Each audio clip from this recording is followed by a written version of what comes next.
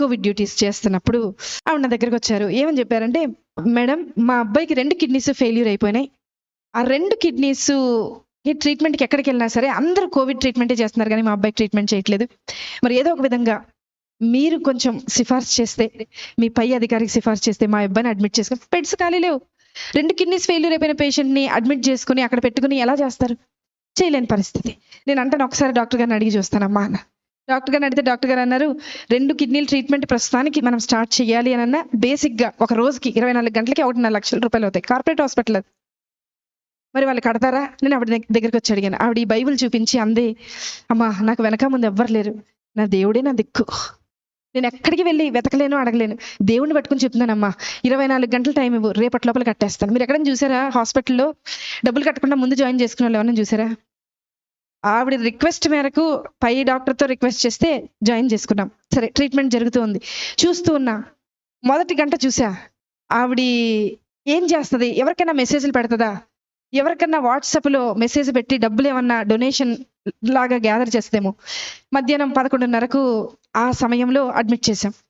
12:30 అవ్వింది. అందరినీ అడిగా, ఆవిడ ఉన్నారు కదా, ఆవిడ ఏం తిన్నారో ఒకసారి అడుగుతారంటే మా నర్సులు అందరూ అన్నారు, మేడం ఆవిడ మోకరించింది, ప్రార్థన చేస్తుంది, అసలు మేము వెళ్తున్నా పక్కకి తప్పుకోవట్లేదు మేడం, మేము అలాగే ట్రీట్మెంట్ చేసి వచ్చేస్తున్నాం అన్నారు. సరే, ఆవిడని డిస్టర్బ్ చేయొద్దు.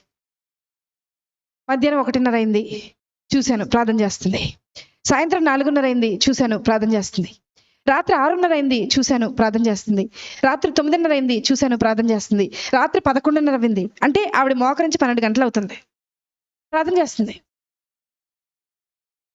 1:30 రాత్రి, 1:30 అర్ధరాత్రి ప్రార్థన. ప్రొద్దున్న 4 నెక్స్ట్ డే స్టార్ట్ అయిపోతుంది, రౌండ్స్ స్టార్ట్ అయిపోతాయి, సెక్షన్ స్టార్ట్ అయిపోతుంది, అన్నీ స్టార్ట్ అయిపోతాయి, ట్రీట్మెంట్ స్టార్ట్. మాకు స్టార్ట్ అయిపోయింది, కానీ ఆవిడకి మాత్రం ప్రార్థన ఎండవల. 7:30 ప్రార్థన. మరుసటి రోజు 8:30 ప్రార్థన. 9ంటికి బిల్ వచ్చేస్తుంది, జనరేట్ అయ్యి ఆ రోజుకి డే స్టార్ట్ అవ్వాల్సిన బిల్ వచ్చేస్తుంది. బిల్ వచ్చింది. అందరు పేషెంట్స్ రౌండ్స్ అయిపోయినాయి, ఈవిడ దగ్గరికి వెళ్ళాలి. నా పైన ఉన్న డాక్టర్ అడిగారు, అమ్మా ఆవిడ బిల్ కట్టారా అని అడిగారు. నేను చెప్పబోతున్నా, నాకు భయం వేస్తుంది. ఎందుకో తెలుసా, ఆవిడ కట్టకపోతే నేను కడతానని చెప్పాను ఆయనకి. కానీ ఆవిడ ప్రార్థన చూసి నేను అనుకున్నా, కనీసం ఒక 75% నేను కడదాం, ఏదో చైన్ ఉంటుంది కదా, మా ఆయనకి తెలియకుండా అమ్మేసి కట్టేసేద్దామని అనుకున్నా.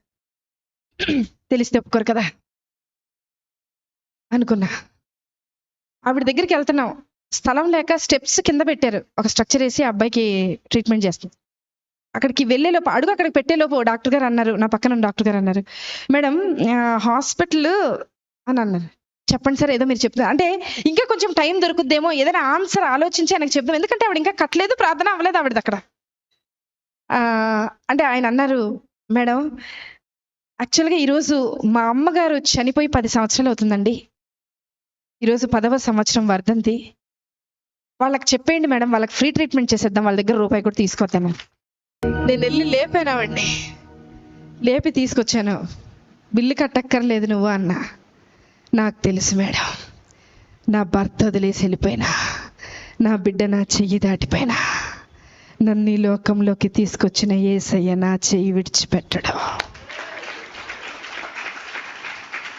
ఒక మాట చెప్పనా, ఆవిడ సెటప్ బాగాలేదండి, చీర మొత్తం చినిగిపోయింది, బ్లౌజ్ చినిగిపోయింది, జుట్టు సరిగా దవ్వలేదు. నేనన్నా, నీ బయట గెటప్ బాగోలేదు, కానీ నీ లోపల సెటప్ విశ్వాసం మాత్రం చాలా బాగుంది. మాకు నన్ను కూడా కలుపుకున్నా, మీతో పాటు నన్ను కూడా కలుపుకున్నా, మాకు గెటప్పులు బాగున్నాయి, పనికి రాని గెటప్పులు ఇవి, కానీ లోపల సెటప్ లేదు. బయకి గెటప్ ఉంది, ఏ ఉపయోగం? ఎక్కడ ఎత్తుకుతున్నారు ఈరోజు? వద్దాం ఏసై దగ్గరికి, వద్దాం ఏసై దగ్గర ఎత్తుకుతాం, ఏసై దగ్గర వెతుకుతాం. ఆవిడలాగా 24 గంటల ప్రార్థన నేను ప్రారంభించమని చెప్పట్లా, ఆవిడలాగా 10 గంటలు చేయమని చెప్పట్లా. విసుకక్క ఆయన సన్నిధిని వెతుకుతూ ఉందాం, విసుకక్క వెతుకుతాం, మళ్ళీ మళ్ళీ వెతుకుతాం. ఖచ్చితంగా నిశ్చయముగా ఆయన నీ పక్షాన కార్యము జరిగించునుగాక. ఆమేన్.